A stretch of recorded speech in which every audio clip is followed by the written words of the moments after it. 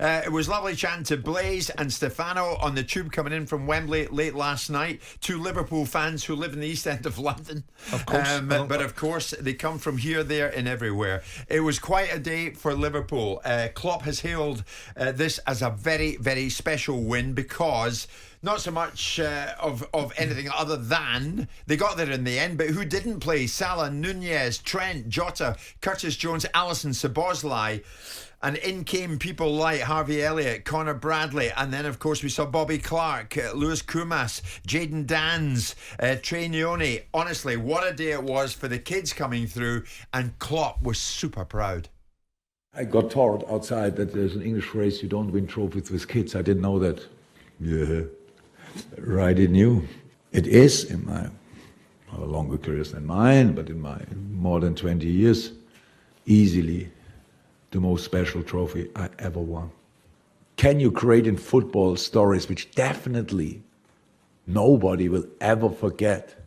It's so true. It's so difficult because this happened before, they won it then, they did it there.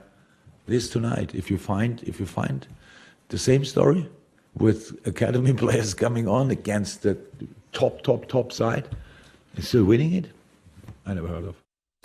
So that was Jurgen Klopp down on the ground floor speaking to the media, whereas I was in a suite with some of the Chelsea and Liverpool hierarchy, and Liverpool chairman Tom Werner briefly echoed what Klopp said.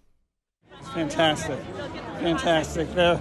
Just the resilience and the commitment, and all those players who normally wouldn't be on the first team that they came. And how about Kelleher? It was brilliant. Does it make you super proud when you see these kids today? Of course. And that, with the injuries that this club has had, they're fighting, and it's been a terrific day. It's a start, Tom. There could be 3 more trophies to lift after this. We're enjoying today. Let me enjoy today. Thanks to Tom Werner for that. You'll hear from John Barnes and Ian Rush shortly. But Martin, this is a fella, Jurgen Klopp, who's won the Champions League with Liverpool, won the Premier League with Liverpool. But he said this was the most special trophy of his career. Well, that's amazing to hear that. But in many aspects, you have to think about the immediacy of the game. It was the players that were coming onto the field. It were academy players, as they mentioned, coming onto the field. And they've won against the Chelsea side that have spent an awful lot of money. Okay, I'm sure it is. Obviously, he's won the Champions League, which is the biggest prize in the game. Won the Premier League as well too. But I understand what he's saying, because in the emotion of the moment, this is fantastic. It's absolutely fantastic to have the players that they brought onto the field to come to win at Wembley in a trophy. Yeah, and I still think, believe it or not, after, let's say, in 5 or 10 years' time, when he's thinking about the things that he's won, I still think that he will feel that. Absolutely feel that. Yeah, I think Martin's right with that, Simon. At the moment, we don't really know much about Bobby Clark, Koumas, Danns, Nyouni, but we will. Sure. I mean, Jurgen Klopp earlier in the week compared beating Luton to their performance against Barcelona. So he's in that vein of thinking. He's in that over-sentimentalisation of where he is, because he's on his way out, and everything at this moment in time are precious moments. He has 7 more home games in front of the Kop before he brings down the curtain on his career. He's in a final.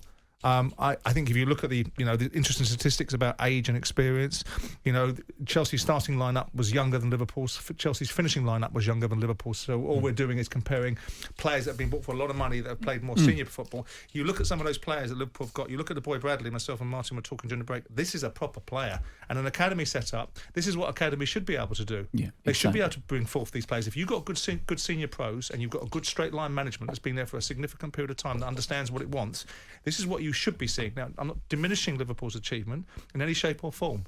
They didn't beat a top side. But do you doubt him, Simon, when he says this is the most special trophy for him that he's won? Well, who am I to doubt what he says? If that's what he thinks, if that's his moment, that's what he says. We listened to Marinakis, Martin's mate, when they got promoted into the Premier League, telling everyone they're going to win the European Cup or whatever else, not doing what he's going to do. People get caught up in the moment of things.